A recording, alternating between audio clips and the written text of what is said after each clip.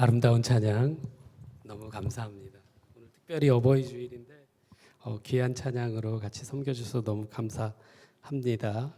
우리 어버이 주일인데요. 옆에 계신 분들께 지금까지 함께 해주셔서 감사합니다. 그렇게 한번 인사하면 좋을 것 같아요. 지금까지 함께 해주셔서 감사합니다. 다시 한번 인사해 주실 때요. 사랑으로 돌봐주셔서 감사합니다. 이렇게.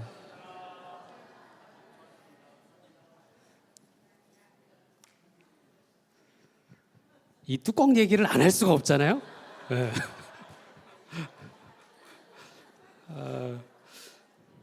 말씀 많이 드렸던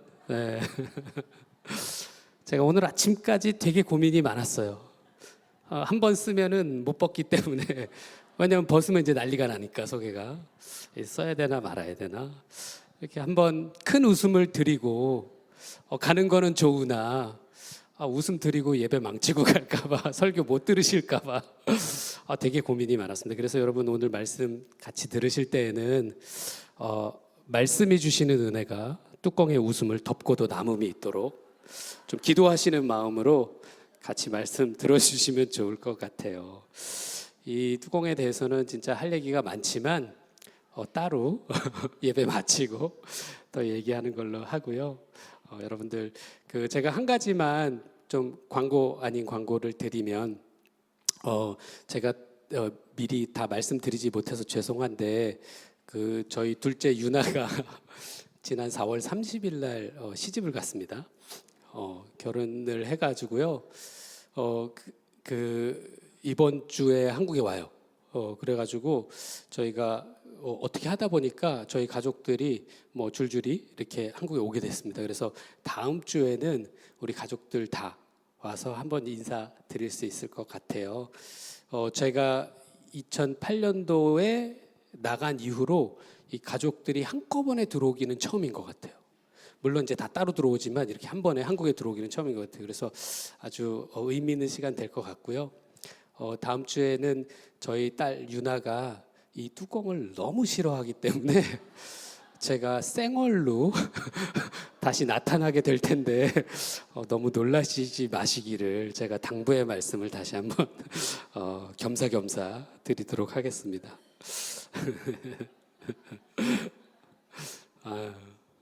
재밌죠? 기도하고요. 우리 말씀 나누도록 하겠습니다. 하나님, 좋은 날 주셔서 감사합니다. 좋은 주일 주셔서 감사합니다. 우리에게 예배할 수 있는 시간, 예배할 수 있는 공간, 예배할 수 있는 마음, 예배할 수 있는 주님 주셔서 감사합니다. 우리가 마음을 다해서 주님 앞에 예배하며 나아가는데 성령님 이 시간 우리와 함께하여 주시옵소서. 특별히 하나님 부족한 자가 주의 말씀을 들고 섭니다. 여러 가지 생각과 마음으로 말씀을 준비하였지만 저의 생각이 아닌 하나님의 생각이, 저의 마음이 아닌 성령의 마음이 나누어지는 하나님, 그런 시간 되게 하여 주시옵소서. 성령님, 오늘 이 시간 주께서 직접 말씀하여 주시옵소서. 말씀을 나누는 저와 우리 같이 함께 나누는 우리 모든 지체들 같은 마음으로 주님 말씀 앞에 엎드립니다. 성령님, 이 시간 우리에게 말씀하여 주옵소서. 감사를 드리며 예수님의 이름으로 기도합나이다. 아멘. 아멘. 감사합니다. 오늘 우리가요, 누가복음 14장에 있는 큰 잔치의 비유 말씀을 같이 읽었습니다. 오늘 본문을 보면요, 예수님께서 어떤 비유 말씀을 주셨을 때 그것이 어떤 맥락에서 이 비유를 말씀해 주셨는지 그 상황을 우리가 잘 기억하고 있는 것이 이 비유 말씀을 통해서 주시고자 하시는 메시지를 분명하게 깨달을 수 있는 방법이라는 것을 잘 보여주는 본문입니다. 여러분, 사실 마태복음에도 비유가 많이 있고요, 누가복음에도 비유가 많이 있습니다. 물론 다른 복음서에서도 예수님께서 비유로 가르치시고요. 그런데 마태복음의 비유는요, 이런 식인 거죠. 예수님께서 제자를 불러서 모아놓고 가르치시는 경우가 많아요. 얘들아 잘 들어봐, 막 이러면서 가르쳐 주시는 거죠. 반면에 누가복음의 비유는 많은 경우에 어떤 특정한 상황에서 비유가 나오는 경우가 많아요. 그래서 그 비유가 제시된 그 상황을 곱씹어서 보면 그 비유의 말씀이 더 분명하게 드러나게 된다는 것입니다. 예를 들어서 제가 예전에 와서 선한 사마리아인의 비유 말씀을 나눴었는데 어떻게 기억나실지 모르겠습니다만 이게 누가복음에 있는 거거든요. 누가복음 10장에 선한 사마리아인의 비유가요, 그 비유의 내용 자체도 중요하지만 뭐가 더 중요하다고요?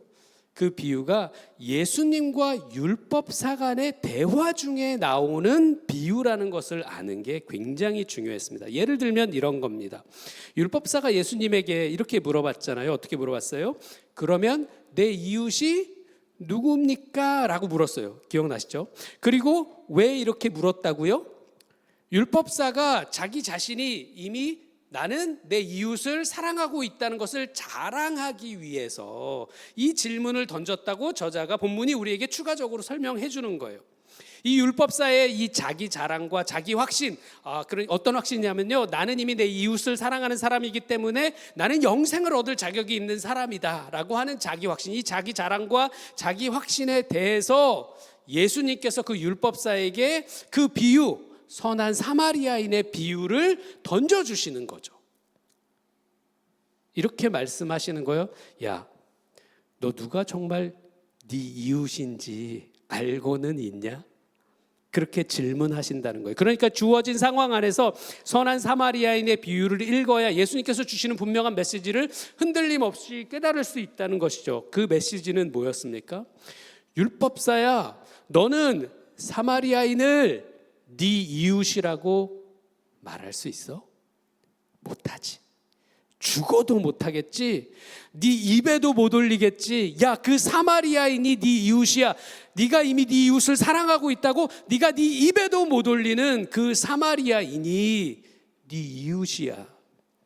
여러분, 이 내용을요, 이 본문을 율법사와 예수님 사이의 대화라는 이 맥락을 제거하고 이 맥락을 생각하지 않고 읽으면요, 이 선한 사마리아인의 비유의 메시지는 뭐가 돼요?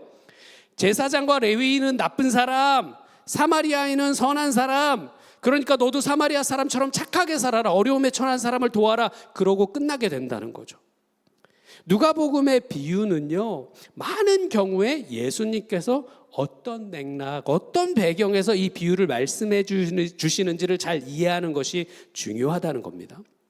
그러면 오늘 이 큰 잔치의 비유의 배경은 어떻냐는 거죠. 배경은 어떻습니까? 오늘 배경은 14장 1절에 잘 나와 있습니다. 14장 1절에 보면 안식일에 한 바리새인의 지도자의 집에 식사하러 들어가셨다고 나와요. 그리고 나서요, 4개의 가르침이 연속적으로 나옵니다. 첫 번째 가르침은 2절에서 6절인데 수종병 든 사람을 예수님이 고치셔요. 수종병은 복수가 차는 병이에요. 여러 가지 이유로 복수가 찰 수 있겠죠. 그러나 여러분, 복수가 차는 그 고통을 아시잖아요. 그 고통의 병을 예수님께서 치료해 주셨습니다. 좋은 거예요? 나쁜 거예요? 좋은 거죠. 그런데 예수님께서 그냥 치료해 주시면 좋은데 꼭 한번 비트셔요. 어떻게 비트셔요? 그거를 언제 고쳐? 안식일에 고쳐요. 분위기가 이상해져요. 월요일이나 화요일 날 고쳐주셨으면 예수님 잘하셨습니다. 예수님 기적의 예수님 너무 감사합니다. 너무 훌륭하세요 하고 끝나는 건데 그걸 꼭 안식일 날 고쳐준단 말이죠. 이제 뭔가 찝찝하게 만드는 거죠. 좋은 일 해놓고 뭔가 찝찝하게 만들어요. 그리고는 오히려 이렇게 이야기하세요. 뭐라고 가르쳐요? 야, 너 같으면 아들이나 소가 우물에 빠졌으면 안식일이라고 안 건지겠냐? 막 그러면서 고쳐주시는 거예요. 그리고 나서 7절에 11절에 두 번째 가르침이 나오는데 식사에 초대받아서 온 손님들에게 하신 말씀인데 식사로 온 사람들이 상석에 앉으려고 하는 것을 보시고 가르치시는 것이죠. 야, 너희들 그렇게 상석에 앉으려다가 미끄러져서 자빠지는 수가 있다. 네. 그리고 나서 12, 13, 14절에 초대했던 바리새인에게 말씀해 주시는 거예요. 뭐라고 가르쳐 주셔요? 은혜를 갚지 못할 사람을 초대해라. 그들이 갚을 것이 없기 때문에 지금 당장은 네가 보상을 못 받지만 의인들이 부활할 때 갚음을 받겠다. 여러분 다 기억하시죠? 이 내용 잘 아시잖아요. 그런데 15절에 보면 예수님의 이 말씀 의인들이 부활할 때 갚음을 받을 것이라는 말씀을 사람들 중에요, 거기 있던 사람들 중에 나중에 천국에서 상을 받는 걸로 이해한 사람들이 있는 것 같아요. 그래서 15절에 보면 손님 중에 한 사람이 이 말씀을 듣고 이렇게 이야기했다고 나와요. 하나님의 나라에서 떡을 먹는 자는, 우리식으로 얘기하면 이제 밥을 먹는 사람은 복되도다, 그렇게 얘기한 거죠. 이렇게 손님 중에 한 사람이 하나님의 나라에서 잔치에 참여하는 자는 참 복되다라고 이야기했더니 거기다 대고 예수님께서 오늘 천국 잔치 비유를 말씀해 주셨다는 겁니다. 그렇죠? 비유의 내용은 이렇습니다. 17절에 보면 어떤 사람이 잔치를 베풀고 사람들을 초청했어요.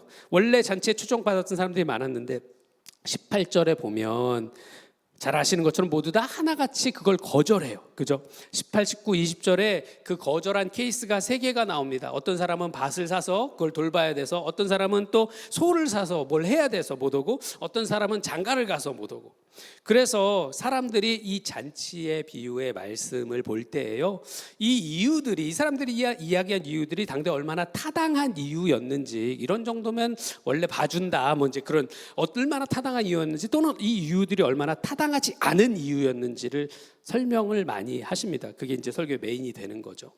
그런데 저한테 더 흥미로웠던 부분은 뭐냐면 사실은 22절이었어요. 이게 무슨 말이냐 하면요, 21절에 보시면, 본문 21절에 보시면 주인이 새로운 사람들을 초청하라고 해요. 그래서 종이 어떻게 해요? 시내의 거리와 골목에 가난한 자, 몸 불편한 자, 맹인들, 저는 자들을 초청해요. 그렇죠? 그래서 그런 사람들을 데려다가 왔는데 어땠다는 거예요?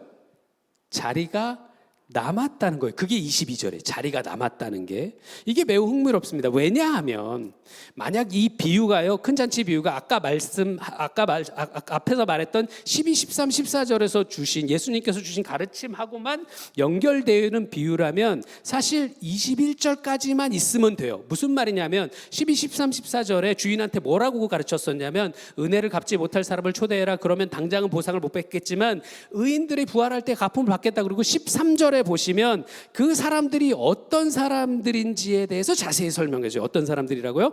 잔치를 베풀려거든 차라리 가난한 자들과 몸 불편한 자들과 저는 자들과 맹인을 청하라 라고 예수님이 가르쳐 주신 거예요. 그리 23절하고 21절이 딱 매치가 되거든요. 21절에 뭐라고요?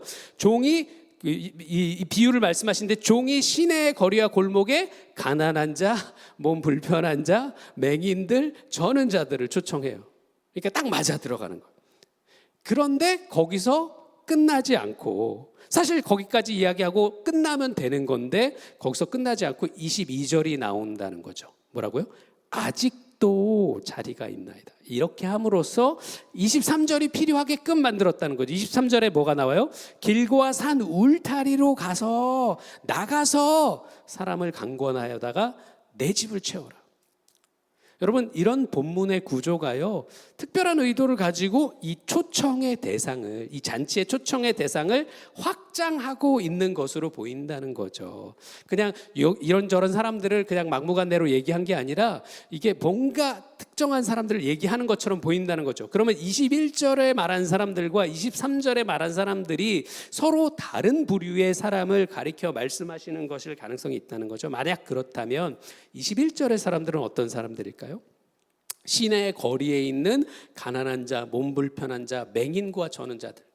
다시 말해서 이 성 안에 있는 내부자들을 얘기하는 거죠. 성 안에 있는 유다의 소외된 자, 유다의 부정한 자들을 말한다 할 수 있겠죠. 그러면 23절은 어떤 사람들이에요?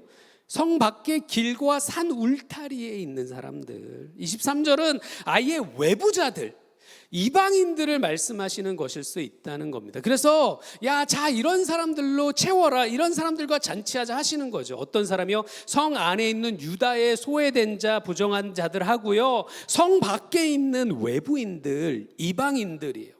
그래서 여러분, 이런 사람들을 채워서 잔치하자 그러고 끝나면 좋은데 뭐라고요? 누가복음의 비유는 꼭 뭐가 있어요?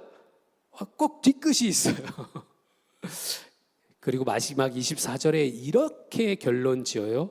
24절에 뭐라고요? 전에 청하였던 그 사람들은 하나도 내 잔치를 맛보지 못하리라 하였다 하시니라. 여러분 누가복음의 이야기에는 이런 뒤끝이 있는 이야기 많습니다. 근데 여러분 여기서 진짜 중요한 것이 있어요. 진짜 중요한 것이 있는데 다시 처음으로 돌아가서요, 예수님께서 이 말씀을 언제 어디서 하셨다고요?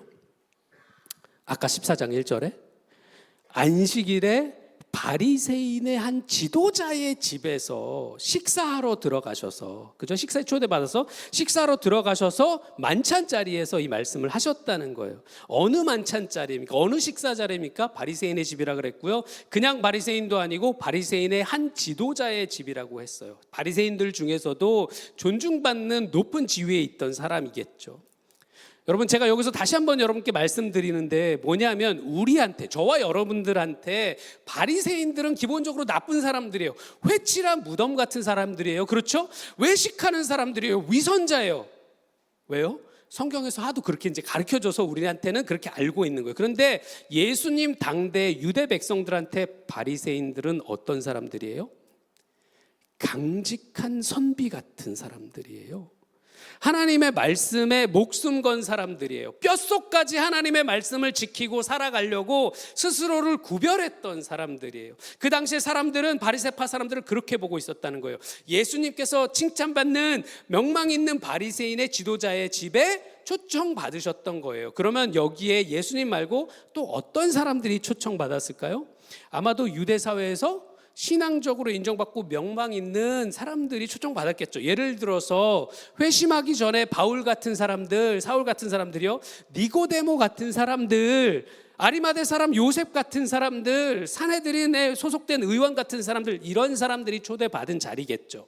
스스로를 유대인, 하나님의 언약 백성으로 믿고 있었던 사람들, 선택된 언약 백성으로 하나님 앞에 바로 살려고 열심히 했던 사람들, 하나님 앞에 바로 살아서 하나님이 부과하신 저주가 이제 끊어지고 하나님이 주시는 복을 받아서 이 억압된 환경에서, 로마의 압제에서 벗어나고 싶었던 사람들, 마음으로는 이렇게 말씀으로 무장하고 이런 높은 신앙적 기준으로 살아가려고 노력했던 사람들이었다는 겁니다. 그런데 결과적으로 내가 하나님을 사랑하는 만큼 반대로 어떻게 해요? 죄인들을 미워하고, 그죠? 내가 주어진 율법으로 내 삶을 점검하는 만큼 똑같은 율법으로 다른 사람들을 거세게 판단했던 사람들이라는 거죠.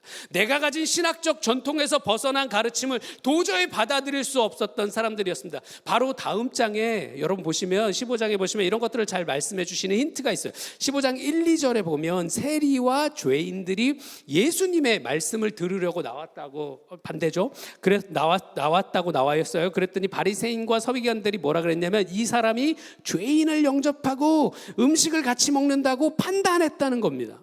여러분 이 말씀이요, 역설적으로 이 앞에 있는 14장 우리가 읽었던 본문에 있는 바리새인의 지도자의 집에서 이 준비된 만찬에 어떤 사람들이 모이는 자리였는지를 단적으로 보여주죠. 그죠? 그런 사람들이 모인 자리에서 예수님께서 그 잘난 어르신들에게 지금 말씀하신다는 거예요. 그런데 예수님의 빌드업이 장난이 아닌 거예요. 어떻게 해요? 처음에 만찬 자리에 들어가면서부터 긁어놔요. 어떻게 긁어놔요?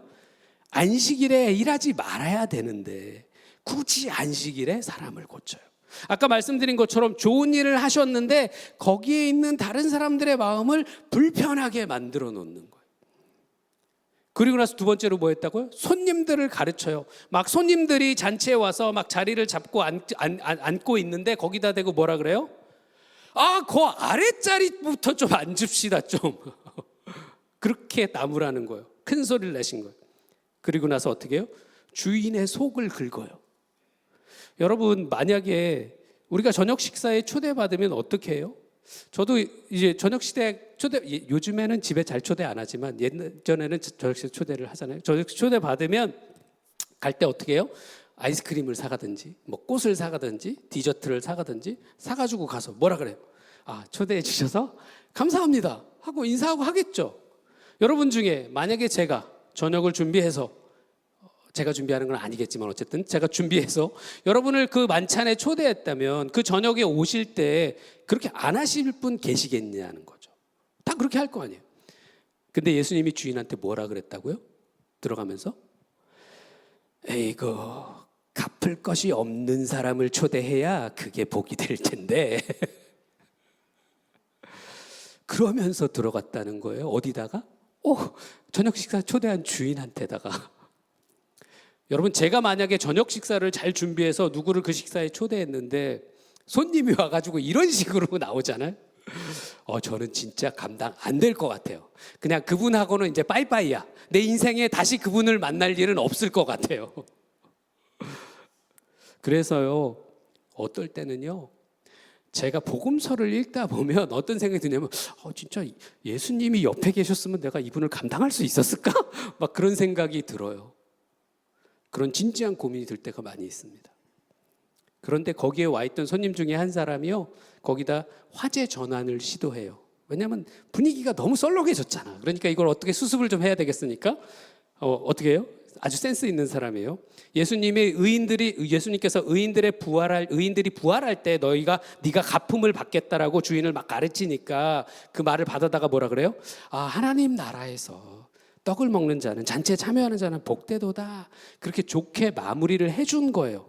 그러면 웬만한 사람이면 이 정도에서 좋아요 하고 박수치고 밥 먹으면 되는 겁니다. 아시겠죠? 웬만하면 밥 먹으면 돼요, 거기서. 근데 예수님께서 그 말을 받아서 카운터 펀치를 날리는 거예요. 여러분, 이 맥락에서 예수님께서 지금 큰 잔치의 비유를 말씀해 주셨다는 거예요. 그리고 핵주먹을 날려요. 뭐라고 말씀하셨다고요? 그 사람이 수습하고 있는데 거기다 대고 뭐라고 말씀하셨다고요? 야, 네 생각에 하나님 나라의 잔치가 열리면 그 잔치에 네 자리가 있을 것 같지? 24절에 이렇게 말씀하셨대요. 전에 청하였던 사람은 하나도 내 잔치를 맛보지 못하리라 하였다 하시니라. 여러분, 예수님께서 이 말씀을 하셨을 때 여러분, 그 저녁 만찬의 분위기가 얼마나 썰렁해졌을까요? 그리고 얘기가 끝났어. 그 뒤에 어떻게 됐는지 몰라. 다음 이 시간에 여러분, 바리새인 지도자는요, 요즘 잘 나간다고 소문난 이 일타 강사 예수님이 어떤 사람인지, 그 사람이 가르침이 어떤지 알아보려고 예수님을 초대했겠죠, 그 자리에. 그러나 예수님께서는 처음부터 아주 분명한 메시지를 가지고 바리새인들이 모인 그 잔치자리에 찾아가셨다는 겁니다.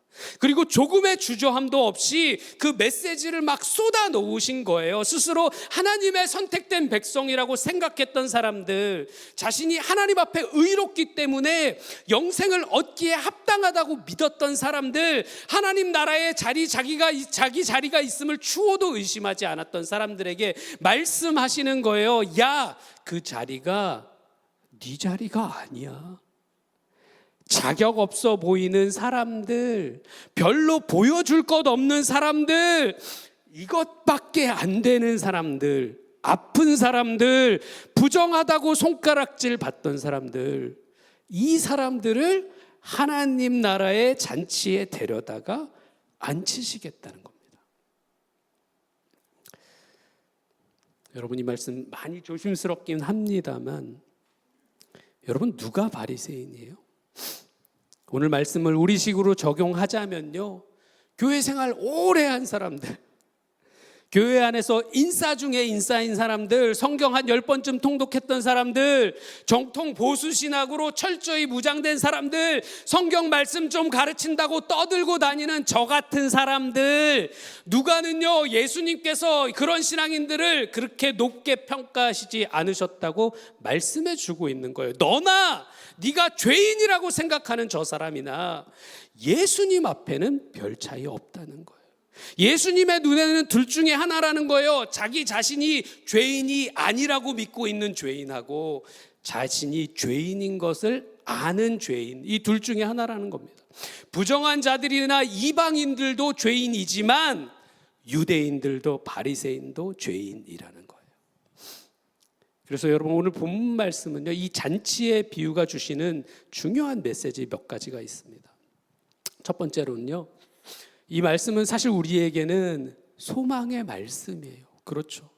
아까 보신 것처럼 예수님께서 유대인들에게 이 말씀을 하셨어요. 하나님 나라의 잔치가 자기들의 것이라고 생각했던 유대인들, 바리새인들에게 분명하게 말씀해 주셔요. 그런데 아이러니하게도 유대인들이 이 잔치에 참여하지 못한다는 거예요. 바리새인들이 이 잔치에 참여하지 못한다는 거예요. 반대로 이 잔치가 소외되었던 사람들, 자격 없는 자들이 참여하는 잔치가 된다는 거예요. 이방인들로 채워지는 잔치가 되었다는 거예요. 죄인들로 채워지는 잔치가 되었다는 겁니다. 사실 이 말씀 때문에 저와 여러분이, 태생적으로 유대인이 아니고 이방인인 저와 여러분이 지금 오늘 이 자리에 나와서 기도할 수 있는 겁니다. 하나님을 예배할 수 있는 거죠. 그렇죠. 이방인이었던 우리에게, 하나님과 상관없던 사람들이었던 우리에게 이 잔치의 문이 열린 거고요. 우리가 알지도 못하는 사이에 성 밖에서 막 나돌아다니고 있는데, 그렇게 돌아다니다가 붙잡혀 끌려와서 이 잔치 자리에 와 앉아 있다는 겁니다. 여러분, 이것이요 우리에게 전해진 주님의 은혜죠. 그죠?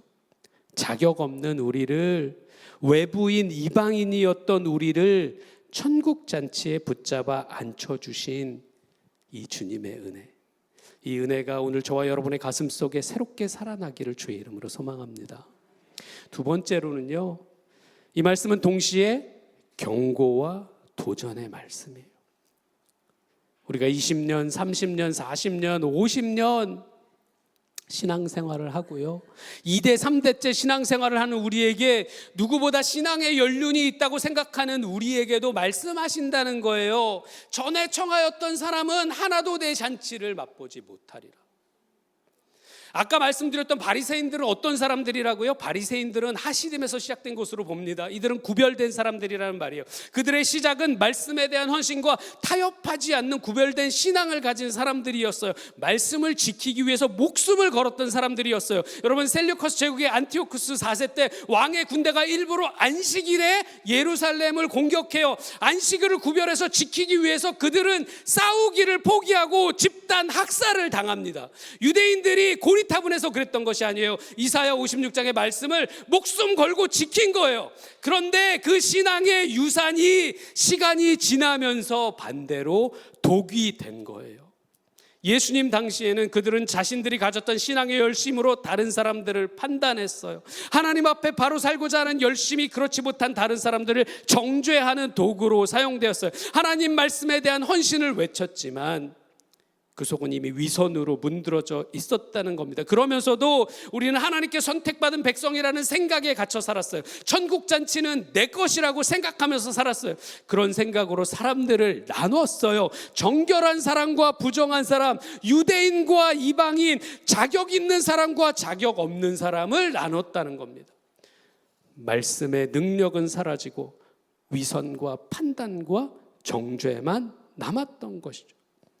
여러분, 바리새인의 이런 변질된 신앙이 지금 동일하게 저와 여러분들에게, 우리에게 경고해 주는 거예요. 너희의 첫사랑, 주님을 향한 너희의 첫 헌신, 그걸 가지고 너는 지금 뭘 하고 있니? 너희의 열심과 헌신, 그것이 생명을 살리고 있느냐, 아니면 죽이고 있느냐? 스스로 자격 있다고 생각했던 바리새인들에게 예수님께서 말씀하세요. 천국의 잔치가 벌어지면 거기에 네 자리가 있을 거라고 생각하니? 과연 그럴까? 여러분, 이것이 비단 오늘 잔치 비유에만 나오는 말씀은 아닙니다. 누가복음은요, 누가복음의 비유들은요 끊임없이 이것을 얘기해줘요. 이 큰 잔치 비유 다음에 15장에 넘어가면 잃은 양을 찾는 비유가 나와요. 바로 이어서 잃어버린 동전을 찾는 여인의 비유가 나옵니다. 하나님께서 잃어버렸던 사람들을 찾고 계시다는 것을 누가복음이 계속 말씀해 주세요. 그리고 이어서 우리가 잘 아는 탕자의 비유가 나와요. 15장 뒷부분에 탕자의 비유에서 여러분 잘 아시는 대로 탕자는 자격 없는 죄인을 상징하고요, 탕자의 형은 자격 있는 유대인을 상징해요. 그런데 아버지가 돌아온 탕자를 위해서 잔치를 베풀었는데 15장 28절에 보면 형은 노하여 그 잔치에 들어가지 않으려고 했다고 말해줘요. 16장으로 넘어가면요, 우리 잘 아시는 부자와 거지 나사로의 비유가 나와요. 예수님께서 분명하게 말씀해 주세요. 거지 나사로는 천국에서 아브라함의 품에 있는데 반대로 부자는 음부에 있다고 말해줘요. 17장에 보면 나병 환자 10명이 치료받을 때 예수님께 돌아와 엎드린 그 한 명이 누구였다고요? 사마리아인이었다고 본문이 대놓고 말해줘. 그리고 그런 사마리아인에게 예수님께서 뭐라고 말씀하셔요? 네 믿음이 너를 이미 구원했다. 18장에 넘어가면 바리새인과 세리의 비유를 말씀해 주세요. 바리새인과 세리가 서로 다른 기도를 했어요. 여러분 잘 아시는 기도예요. 바리새인은 나는 토색, 불의, 간음을 하는 자들과 같지 않고 이 세리와도 같지 않음을 감사하나이다. 주님, 나는 일주일에 2번씩 금식하고 또 11조를 드립니다. 세리는 어떻게 기도했다고요? 눈을 들어 하늘을 쳐다보지도 못하고, 감히 쳐다보지도 못하고 가슴을 치면서 이르되 하나님이여 불쌍히 여기소서, 나는 죄인이로소이다. 여러분, 이 비유 마지막에 이 18장 14절에 뭐라고 결론 내려주셔요? 저 바리새인이 아니고 이 사람이 의롭다 하심을 받았다고 결론을 내려줘요. 누가복음에서 예수님은 이 비유들을 통해서 끊임없이 말씀하셔요. 자격 없는 이방인들이 그 잔치에 참여할 것이라고 말씀하셔요. 반면에 스스로 자격 있다고 생각했던 유대인들은 천국의 잔치에 자리가 없다는 거예요. 여러분, 하나님과 교회를 향한 우리의 섬김과 헌신이 크다 하더라도 주님, 저는 자격 없는 사람입니다 라고 하는 이 고백이 끊어지는 순간 우리가 바리새인 되는 거예요. 그 고백이 끊어지는 순간 우리는 스스로 높아지는 거예요. 그 고백이 끊어지는 순간 구원받을 사람을 내가 구분하고 판단하는 거예요. 그런 우리에게 오늘 주님이 말씀해 주신다는 거예요. 천국에서 잔치가 벌어질 때 거기에 네 자리가 있다고 생각하니? 여러분, 이 말씀 앞에 오늘 우리 자신을 내어놓고요, 주님 앞에서 내가 누구인지를 다시 한번 분명하게 깨달을 수 있어야 합니다. 이 깨달음을 가지고 오늘 우리가 다시 한번 주님 앞에 엎드려져야 합니다. 이 겸손한 깨달음이 오늘 우리 안에 새롭게 되어지기를 주의 이름으로 소망합니다. 우리가 주님 앞에 헌신된 삶을 살아가려고 노력하지만 이 세리의 기도가 여전히 우리의 진심 어린 기도가 되어야 해요. 주님, 내가 주님 앞에 자격 없는 사람입니다 라고 했던 이 고백을 다시 한번 주님 앞에 드리는 오늘 저와 여러분 되시기를 주의 이름으로 소망합니다. 세 번째로요, 이 말씀은 소명의 말씀입니다. 여러분, 중요한 포인트가 있는데 이 잔치의 비유가 그냥 막 전도하라는 말씀이 아니었습니다. 보다 분명한 방향성이 있습니다. 방금도 말씀드렸던 것처럼 자격 없는 사람들을 잔치에 초대하시는 것, 그것이 예수님의 의도였고 목적이었다는 거죠. 모든 사람들이 자격이 되는 사람들을 찾을 때, 마땅히 잔치에 참여할 만한 사람들을 초대할 때 예수님께서는 부정한 사람들을 불러다가 잔치를 채우라고 하셨다는 거예요. 예수님은 외부인, 이방인, 하나님의 백성이 아니라고 생각되는 사람들, 하나님으로부터 저주를 받은 사람들이라고 생각되는 사람들을 잡아다가 이 잔치를 채우라고 하셨다는 거예요. 여러분, 당대 신실했던 신앙인들이 상상할 수 없는 모습이었습니다. 죄인들로 가득한 잔치, 버려진 사람들로 가득한 잔치. 그런데요, 여러분, 우리가 이 스피릿을 되찾지 못하면 오늘 우리 교회에 소망이 없다는 거예요. 길거리로 나가서, 성 밖으로 나가서 자격 없다고 생각했던 사람들을 불러 모아야 한다는 겁니다. 잔치에 데려다가 앉혀야 한다는 거예요. 여러분, 오늘 말씀이요, 돌처럼 굳어버린 우리의 신앙을 책망하시는 말씀이기도 하지만 동시에 오늘 말씀은 예수님께서 여시는 새로운 하나님 나라에 대해 선포하는 것입니다. 이 메시지를 받고 이 메시지를 따라서 이 복된 소식을 듣고 길거리로, 성 밖으로 나가서 복음과 상관없어 보이는 사람들, 죄인들과 버려진 사람들에게 다가가지 않는다면 우리 교회는 소망이 없다는 거예요. 우리의 예배가 천국 잔치가 아니라는 거예요. 이 땅에 하나님의 나라가 세워지지 않는다는 겁니다. 여러분, 어쩌면요, 이런 이야기가 고리타분한 결론같이 들릴 수 있습니다. 우리 안에 이런 생각을 할 수도 있어요. 야, 이제 우리도 좀 지쳤다. 우리도 할 만큼 해봤다. 근데 잘 안 되더라. 뭐 이제 와서 해봐야 뭐가 좀 더 되겠냐. 이제 우리가 힘이 없다. 우리가 그렇게 생각하실 수 있습니다. 그러나 여러분, 우리가 힘이 있어서 하는 것이 아니고요, 그것이 하나님의 말씀이고 그것이 하나님의 뜻이기 때문에 하는 겁니다. 그렇기 때문에 이것이요 부르심이고, 그렇기 때문에 이것이 소명이 되는 거죠.